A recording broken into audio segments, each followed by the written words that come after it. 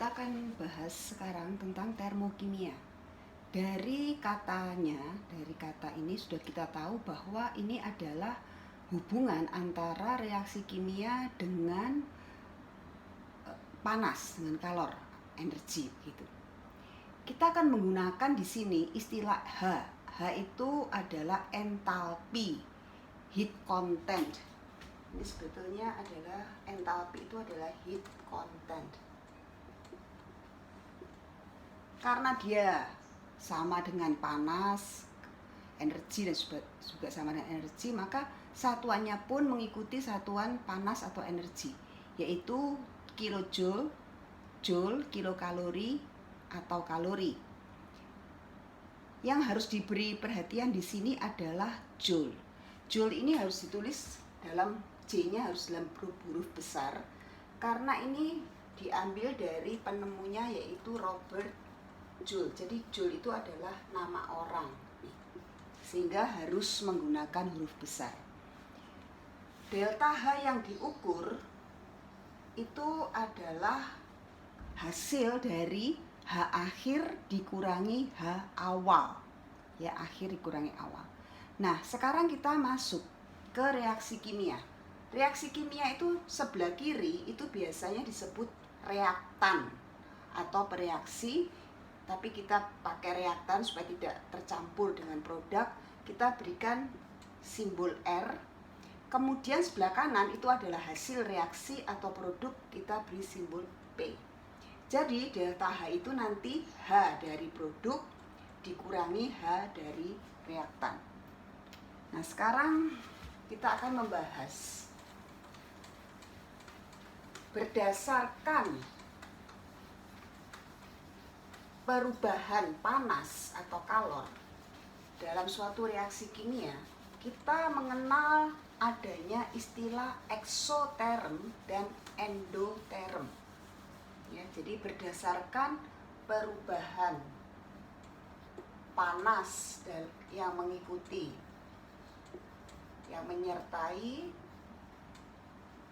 suatu reaksi kimia, kita akan mengenal istilah eksoterm dan endoterm. Kita mulai dulu dengan siapakah yang terlibat dalam interaksi kalor dalam suatu reaksi kimia. Ya, kita akan mengenal dua yang melakukan interaksi. Ya, interaksi itu harus dua, nggak bisa sendirian. Maka dia akan kamu kenal, satu adalah yang kita sebut dengan sistem. Ya, interaksi kimia, interaksi panas itu terjadi antara sistem dengan lingkungan.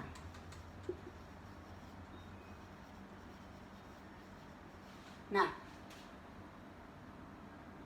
interaksinya terjadi bagaimana? Kalau pada eksoterm, maka kalor atau panas itu akan mengalir dari sistem menuju ke lingkungan. Ini eksoterm. Sedangkan kalau sebaliknya, ya ini adalah sistem ya, environment, lingkungan ini adalah lingkungan, ini sistemnya. Maka kalau endoterm, aliran panas itu terjadi dari lingkungan menuju ke sistem. Nah, yang disebut sistem itu adalah fokus perhatian kita. Jadi yang disebut sistem ini apa yang menjadi fokus perhatian kita dalam suatu reaksi? Tentu saja itu adalah reaksi kimianya. Sedangkan di luar itu semua di luar reaksi kimia kita sebut dengan lingkungan. Ya, jadi kalau panas mengalir dari sistem menuju lingkungan itu artinya eksoterm. Sebaliknya kalau panas itu dari lingkungan ke sistem maka disebut endoterm. Jadi eksoterm ini sistem melepas atau menghasilkan panas, ke lingkungan. Sedangkan di endoterm sistem menyerap panas dari lingkungan.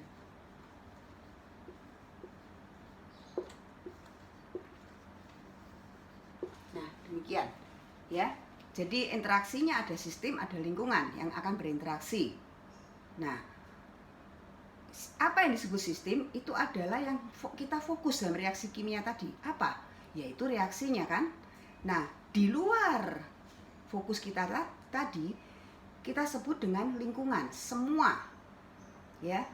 Nah, berdasarkan interaksi sistem dan lingkungan ini dalam suatu reaksi kimia, maka kita mengenal dua macam bentuk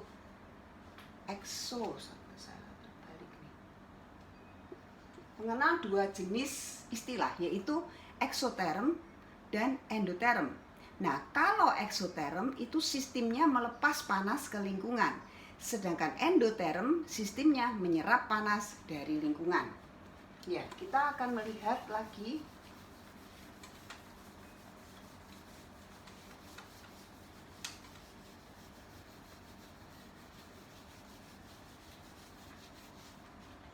selanjutnya. Kita akan mengenali seperti ini.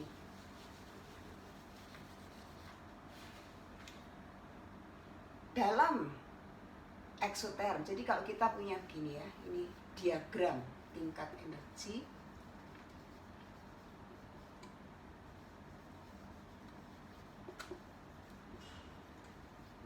Ini H, entalpi. Nah, kalau di sini H dari produk, di sini adalah H dari reaktan, maka delta H-nya akan seperti ini, yaitu HP dikurangi HR. Nah, karena HP lebih kecil dari HR, maka otomatis harga delta H-nya juga akan lebih kecil dari 0. Nah, kondisi seperti inilah yang kita sebut eksoterm. Delta H bertanda negatif. Nah, kalau sebaliknya begini ya, kalau ini HP, di sini HR, maka delta H tetap HP minus HR, tetapi karena HP lebih besar dari HR, maka delta H-nya akan lebih besar dari 0. Ini yang disebut dengan endoterm. Dan harga delta H-nya positif. Gitu. Kita akan masuk sekarang bagaimana caranya menulis persamaan reaksi termokimia.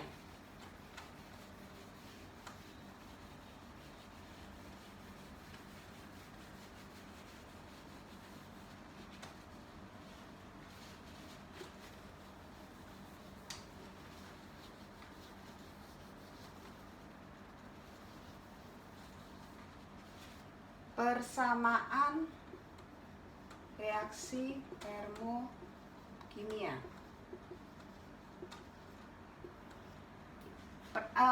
Persamaan reaksi termokimia itu ditambahkan delta H ya. Jadi kalau persamaan reaksi kimia itu hanya reaksi kimia saja tanpa penyertaan dari energi atau kalori yang dilepaskan. Tapi kalau persamaan reaksi termokimia itu kamu harus menyertakan delta H-nya.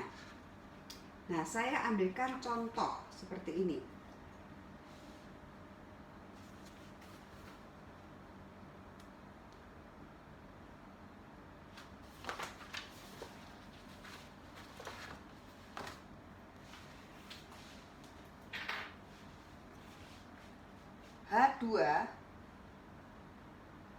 H2 gas ditambah setengah O2 gas, ini akan menjadi air H2O liquid.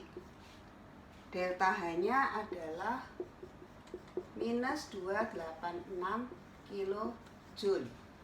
Nah, perhatikan untuk menulis persamaan reaksi termo, wujud dari zat itu sangat penting. Mengapa? Karena kalau saya ganti ini bukan air tetapi uap air, gas, maka delta H-nya tidak sama dengan minus 286. Ya, jadi ini bergantung pada wujudnya, baik produk maupun reaktannya. Sehingga harus disertakan. Nah, sekarang kita akan melihat begini. Bagaimana caranya mengartikan reaksi, persamaan reaksi ini? Ini artinya begini. H2, 1 mol gas H2 bereaksi dengan setengah mol gas O2 menghasilkan 1 mol air dan kalor sebesar 286 kilojoule. Ya, perhatikan. Jadi 1 mol gas H2 ditambah dengan setengah mol gas O2 menghasilkan 1 mol H2O cair, air ya, dan kalor sebesar 286 kilojoule.